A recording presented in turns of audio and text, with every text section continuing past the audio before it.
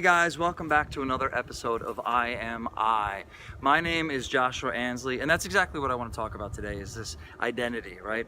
This is basically the biggest message. It actually is the message of I Am I, because it's saying that question of who am I? Who am I really? What is my identity? So it's not that I am Joshua Ansley or that I am an artist. That was one of the hardest identities for me to let go of, because I thought that was my deeper identity. And that was maybe deeper than I am a man, or I am a teacher or something like this. For me, it's like, yes, I'm an artist and I have this message and I have something expression. That's a deeper purpose of who I am in this life. Sure, that's maybe something that is deeper. But the deepest of all, see, because until I really hit like rock bottom in ways of identifying as those things, where I thought that my message and my purpose in this life was as an artist and to bring my message through my artistry, right? And to be of service through my artistry, which, how could that be a bad thing? That's beautiful.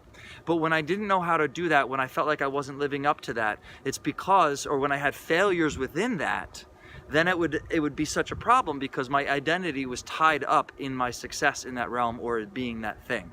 And that is bullshit. That's where I talk about, where do we get our sense of self-worth from? I get it from nowhere, which doesn't make any sense, but it is this space of nothingness.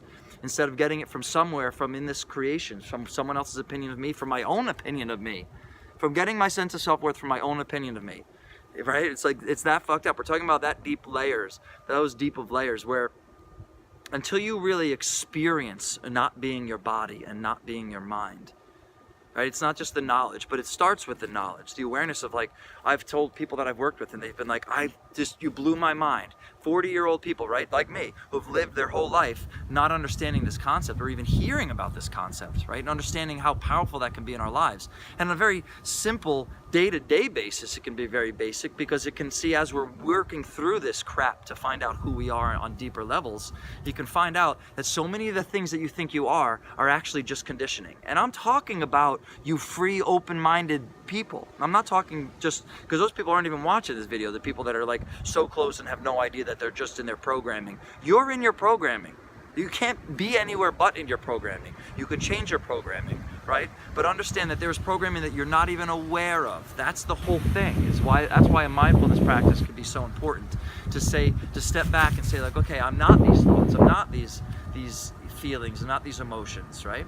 And I'm going through things in my life now where I'm like, holy shit, I can't believe these ways that I thought were right. That's why I say it's outside of right or wrong.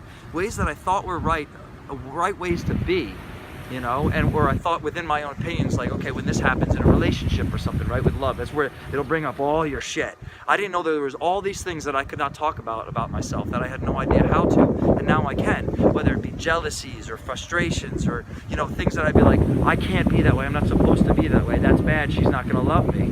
It's like when I start to be able to bring these things up, because I recognize that they are not me, they are just my mind, and that's the natural way the mind works. That doesn't mean I don't take responsibility for my mind, right? That's this work that I'm doing. But if I'm denying it, if I'm just pretending that it's not happening, it's gonna eat me alive inside, right?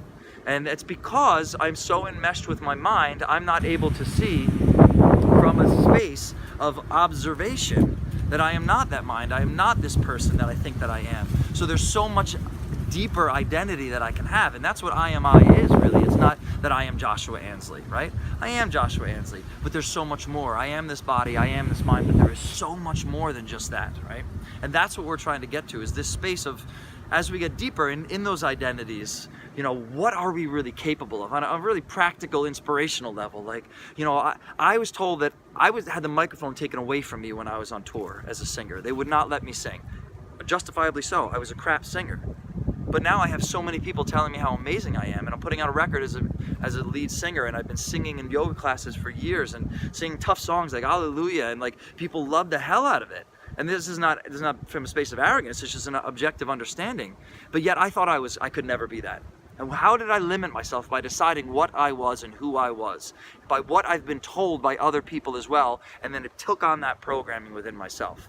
So on very practical levels, it's like you have gifts that you don't even know that you have, because you don't think you are that way, or you don't think you could be that, or you don't think you could learn that. Maybe there's things that are more difficult for you to learn, and you're just, because we're all designed a certain way.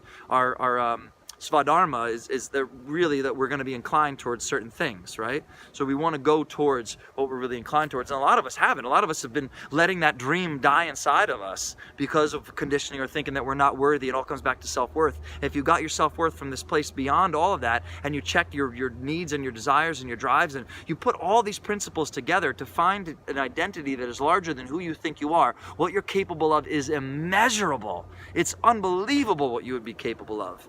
I mean, anything is possible, but it's through a tremendous amount of work and self-awareness. I'm telling you that when you start to identify less as, when you dehypnotize from thinking that you are this body and you are this mind, right? And a real powerful part of this is bhakti, is devotion, right?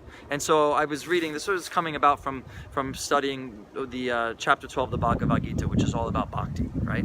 And you have bhakti yogis, which is devotion and love, and when you take that bhakti and that love and your emotions and you devote it to something higher, that's where a really powerful practice. It's an essential practice, right? So Arjuna asks Krishna, what is best? Should I worship you or the cosmic version of you? Should I worship this material version of you, like as an altar, as a deity as an altar, or should I worship this unmanifest form? And Krishna, knowing who he's talking to, which is everybody and the everyman, but a simple guy who doesn't have the practice, and he's actually a really powerful being, but he doesn't have that awareness yet of this, what we call Ananya Bhakti, which is actually taking that mind and the body that you think you are and devoting that to a higher aspect of yourself. That Krishna represents that self. So when you're bowing down before an altar, and whatever the fuck it is, if you worship Jesus, if you worship Krishna, Buddha, if you worship, fairies and gnomes, or your higher self, if that makes sense to you, but you got to be real careful because you don't really know, unless you're really diligently studying the mind and the nature of the mind, you won't really know when it's just your mind or when it's that higher space. And people ask me that, how do you know when it's like God or your higher power? I was like, I have no fucking clue. That's the whole game. That's where we're all like, ah, la, la.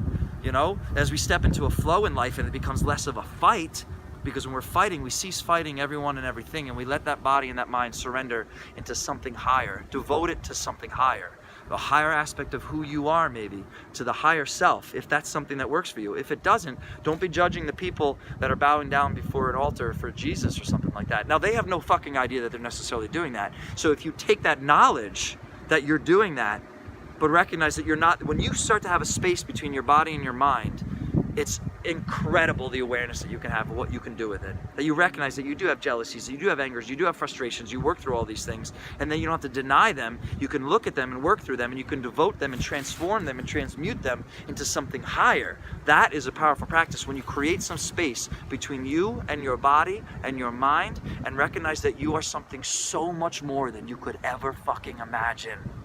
I am I. You are that I, that unchanging, absolutely steady, beautiful, unable to be wounded, unable to be struck, and no weapon forged against it.